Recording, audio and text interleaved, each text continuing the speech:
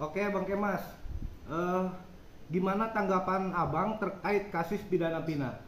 Ya, jadi kalau dari tanggapan kami mengenai peristiwa kasus pembunuhan almarhum Pina ini sudah terjadi di tahun 2016. Jadi waktu ini sudah 8 tahun terjadi ya, bahkan proses penyidikan sampai proses penetapan tersangka, kemudian proses penuntutan di jaksa ya sampai proses di pengadilan ya ini sudah dilakukan secara hukum acara pidana yang sesuai ya yang memang telah ditetapkan di Indonesia. Jadi perkara pidana almarhum Vina ini ya sudah ditetapkan pula oleh pengadilan sebagai kasus pembunuhan ya, kasus pembunuhan berencana pasal 30 Junto 338 ya, meskipun ada substitusi lagi, ada subsidiar pasal-pasal di bawahnya ya yang memang diajukan atau dituntut oleh jaksa penuntut umum gitu loh. Dan ini sudah 8 tahun ya, di antara 8 tersangka dan atau terdakwa bahkan sekarang sudah terpidana, satu orang kan di bawah umur ya. Maka sistem peradilan anak dilakukan oleh negara dalam hal ini gitu kan. Kemudian sudah dibebaskan karena memang sudah memenuhi, sudah selesai sudah selesai gitu loh. Ancaman memenuhi tuntutan pidananya sudah selesai gitu loh. Ada kalau salah inisial S kan gitu ya, ada di berita beredar di TV nasional gitu kan, pengakuan beliau ya yang sudah bebas.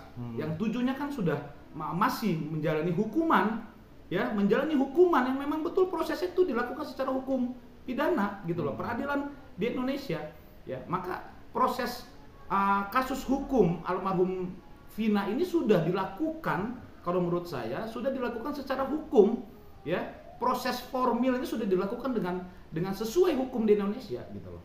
Nah ini yang mungkin perlu ada penegasan gitu ya. Memang bicara mengenai kepuasan ya, memenuhi rasa keadilan itu kembali kepada kita semua ya, apakah keluarga korban menerima seperti itu ya atau tidak. Kalau kejadian seperti ini kan dirasanya gitu keluarga korban belum mendapatkan keadilan yang sebenar-benarnya, maka memang kewajiban negara untuk menggali lebih baik gitu loh, untuk menggali, mencari tersangka baru, memang dugaan tersangka baru, pelaku baru yang, dan itu ternyata sudah dilakukan oleh pihak Polda Jabar seperti itu. Oke Bang.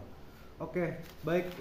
Lalu apa pandangan Abang terkait penangkapan Peggy di kasus Pina? Ya, jadi mengaitkan yang tadi di awal ya, maka memenuhi rasa keadilan keluarga korban itu dilakukan oleh negara. Akhirnya negara melalui Kepolisian Republik Indonesia ya, dalam hal ini CQ Polda Jabar ya, lokusnya ada di Cirebon, maka Polda Jabar yang melakukan proses pengungkapan kembali ya tersangka baru ya, yang memang yang akhirnya di awal kita masyarakat mendapatkan informasi itu adalah 3 orang DPO. Senyatanya kan pihak Polda Jabar telah melakukan konversi pers ya, bahkan saudara Peggy ya dan alias Perong dan sebagainya, alias Robi gitu kan, itu adalah salah satu DPO yang telah ditetapkan oleh pihak Polda Jabar. Tetapi kan Polda Jabar juga telah menginformasikan kepada masyarakat ya untuk merevisi terkait 3 DPO ini ya, ternyata kan cuma 1 DPO ya, itu adalah saudara Peggy yang sudah tertangkap ya dan sudah dan saat ini sedang dilakukan proses pemeriksaan oleh pihak Polda Jabar. Maka saya melihat ini adalah apresiasi yang setinggi-tingginya untuk pihak Polda Jabar ya, yang telah memaksimalkan untuk mengungkap dugaan pelaku baru ya, apakah itu betul Peggy ini adalah membeder ya atau pelaku utama ya, yang mendorong para tersangka terpidana yang sudah saat ini menjalani hukuman penjara itu adalah orang-orang yang ikut serta gitu kan, atau memang Peggy ini ternyata punya yang lain, ada keterangan ya, karena alat bukti dalam pidana pasal 184 KUHP itu kan jelas ada keterangan terdakwa ya, atau keterangan tersangka. Nah, keterangan tersangka dalam hal ini adalah Peggy harus mengungkapkan kebenarannya gitu loh. Maka saya mengharapkan scientific crime ini ya, metode ilmiah investigasi oleh Polda Jabar ini betul-betul dilakukan, didampingi oleh psikolog gitu kan, didampingi oleh ahli-ahli yang memang yang akan dapat mengungkapkan kebenaran keterangan dari pihak tersangka Peggy ini gitu loh, agar betul-betul apakah Peggy ini memang mandedernya, pelaku utama, atau Peggy ini sebenarnya bukan mandeder, ada pelaku lain gitu loh. Atau ini misalkan sifatnya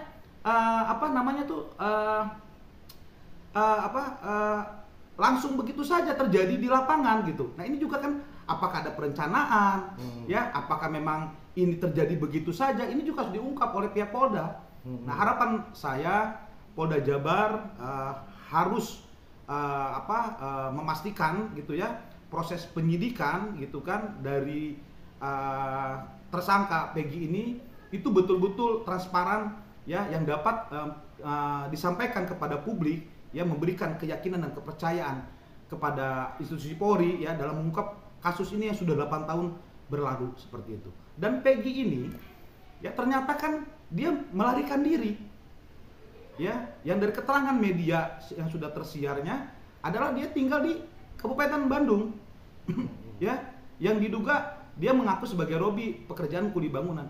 Kalau orang tidak bersalah secara umum, dia tidak akan pergi kemana-mana. Ya, dia akan menghadapi apapun itu. Tetapi kan